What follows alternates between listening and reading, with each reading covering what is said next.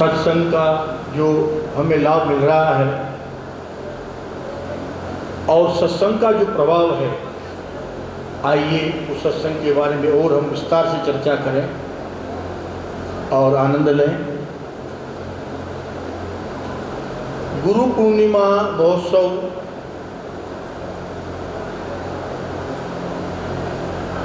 सदगुरुदेव की चरणों में भेंट करके आनंद लेने का अवसर है, क्योंकि गुरु वह है जो गुनाम अंधकार है और उससे प्रकाश की तरफ ले जाता है। अंधेरा आप अगर भौतिक रूप में भी देखो तो अंधेरा दुख देने वाला है।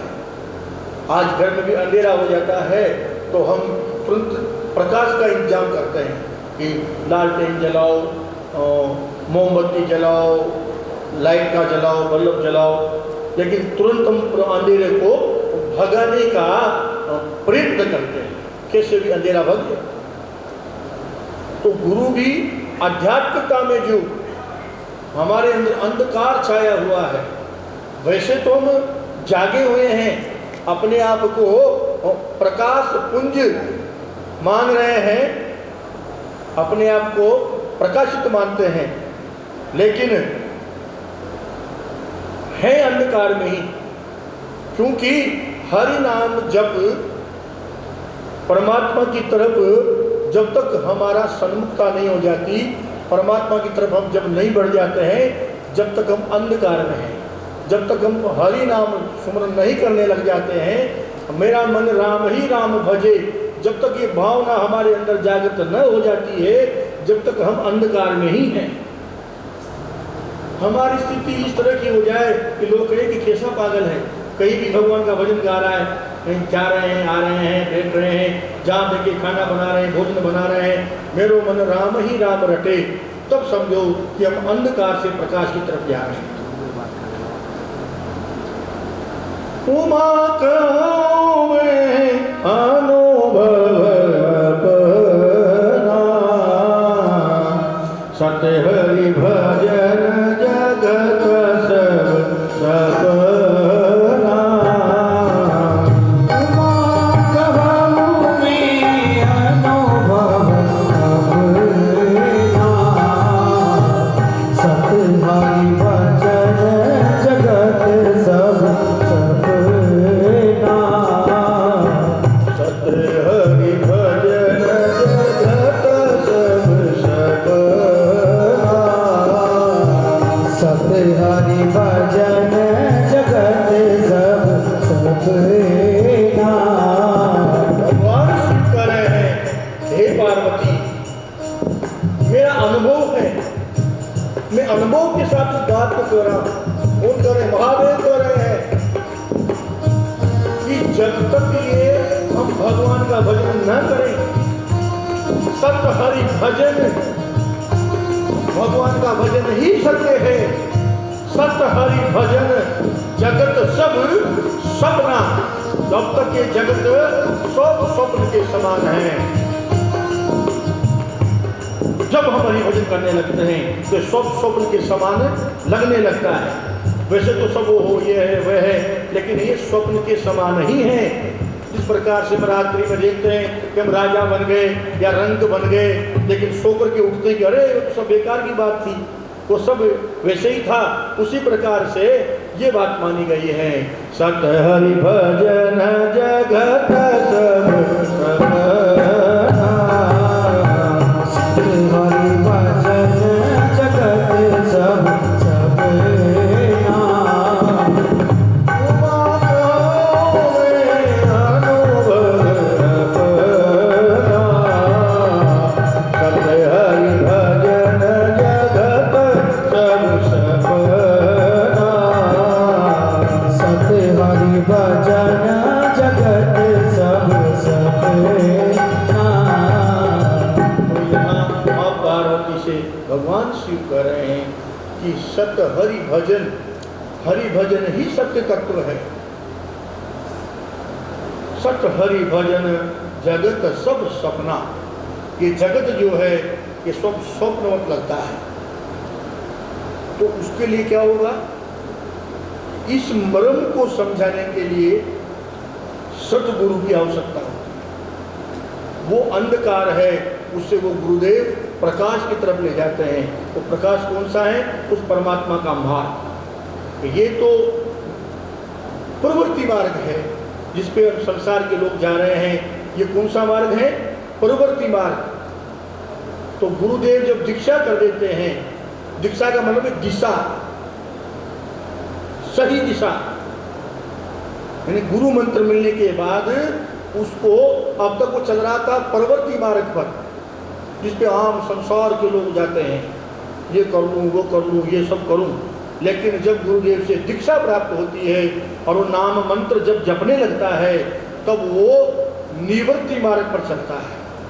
जैसे हम कहते हैं ना कि साहब हम बेटे की शादी हो गई, बच्ची की शादी हो गई और सब से फ्री हो गए, साहब गंगा जी नहाए। इसका मतलब क्या हुआ? निवृत्त हो गए, सब कार्यों से निवृत्त हो गए, फ्री हो गए। तो अब क्या करोगे? भजन। तो ऐसे ही सदगुरु जब मंत्र देता है तो वो प्रवृत्ति मार्ग से हट करके और कहता है तुम्हारा रास्ता गलत है, तुम जाए गलत रास्ते में हो। सही रास्ता तो ये है कि आप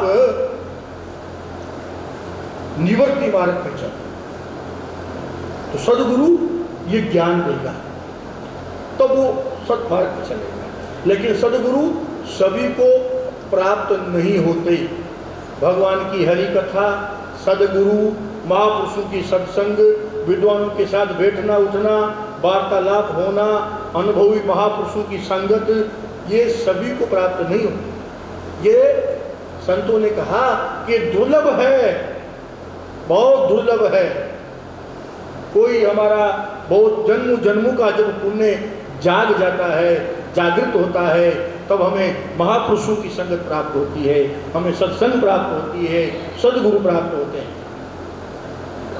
दुर्लभ जीव जब 84 लाख योनि में भटकता भटकत भटकत भटकत 84 लाख योनि में कीड़े मकोड़े जीव जंतु घोड़ा गधा ऊंट बैल न जाने क्या क्या अवस्थाओं में घूमता हुआ जब मानव शरीर में आता है, जब गर्भ में आता है, तब परमात्मा से प्रार्थना करता है कि प्रभु मुझे बाहर निकालो, बहुत दुख आ गया 84 लाख योनि में, अब मैं नाचो बहुत गोपाल, हे गोपाल हे गोविंद, अब मैं बहुत नाच लिया, अब मैं नाचो बहुत गोपाल, अब मुझे बाहर निकालो और मैं केवल बाहर आते ही आपका ही भजन करूंगा। ये भागवत के अंदर बड़ा सुंदर व्याख्यान चरित्र इससे का आया है। तो परमात्मा बड़े दयालु हैं, उस जीव के ऊपर कृपा करते हैं और 10वें महीने में प्रसूति की वायु चलती है और वो बालक उल्टा हो जाता है, यानी कि सिर नीचे आ जाएगा, टांगें ऊपर हो जाएगी और इस तरह से वो बाहर आता है। और बाहर आने के बाद में अब तक जो चर्चा कर रहा था, तातो न मातो न भ्रातो न पित्र है, न मेरे तात न भाई है न पिता है, न तात मात भ्रात कोई नहीं है, लेकिन पैदा होते ही सब रिश्तेदार हो गए। ये मामा जी आ गए, ये मामी जी आ गए, ये बुआ जी आ गई, सब अब तक कोई नहीं थे। एक मिनट पहले कोई रिश्ते नाते नहीं थे, बाहर आते ही और सब रिश्ते नाते बन गए और कपड़े पहना दिए, ये पहना दिए, वो पहना दिए। और उसी के बाद में जो अंदर बड़ी बड़ी ज्ञान की बातें कर रहा था, प्रभु मुझे बाहर निकालो, मैं तो आपका ही भजन करूंगा, मैं तो आपकी ही कृपा का पात्र बनते रहूंगा, मुझे संसार से कोई मतलब नहीं रहेगा। लेकिन बाहर आते सब माया का पर्दा ढल गया, क्योंकि भगवान कह रहे हैं एक जगह पक्षीराज से कि ये ज्ञान सत्संग का ज्ञान, सत्संग में जो बैठते हैं तो वो ज्ञान एक शमशान का ज्ञान। हम शमशान में जाते हैं तो सब ज्ञानी हो जाते हैं, वहाँ बड़ी बड़ी ज्ञान की बातें करते हैं कि देखो साहब कितना बड़ा सेठ था और बड़ी सेठानी थी या फलाना था, कुछ साथ नहीं गया, सब यहीं रह गए। क्या लेकर के गए? इसी का मतलब भगवान का नाम ही सत्य है, भगवान का नाम जपने में ही लाभ है, सब ज्ञानी हो जाते हैं। लेकिन आकर के जो ही नहाते हैं, नाते माया का पर्दा ढल जाता है और 100 व्यवस्थाओं में लग जाते हैं, तुम ये करो, तुम वो करो, अपनी अपनी व्यवस्थाओं में सब होता है। सत्संग में भी क्या होता है? सत्संग में बैठते हैं, जो बड़ी ज्ञान की चर्चा होती है कि हाँ हमें भगवान का स्मरण करना चाहिए, भगवान की स्तुति करना चाहिए, लेकिन वहाँ से उठे, आसन से झटकाया, बाहर निकले और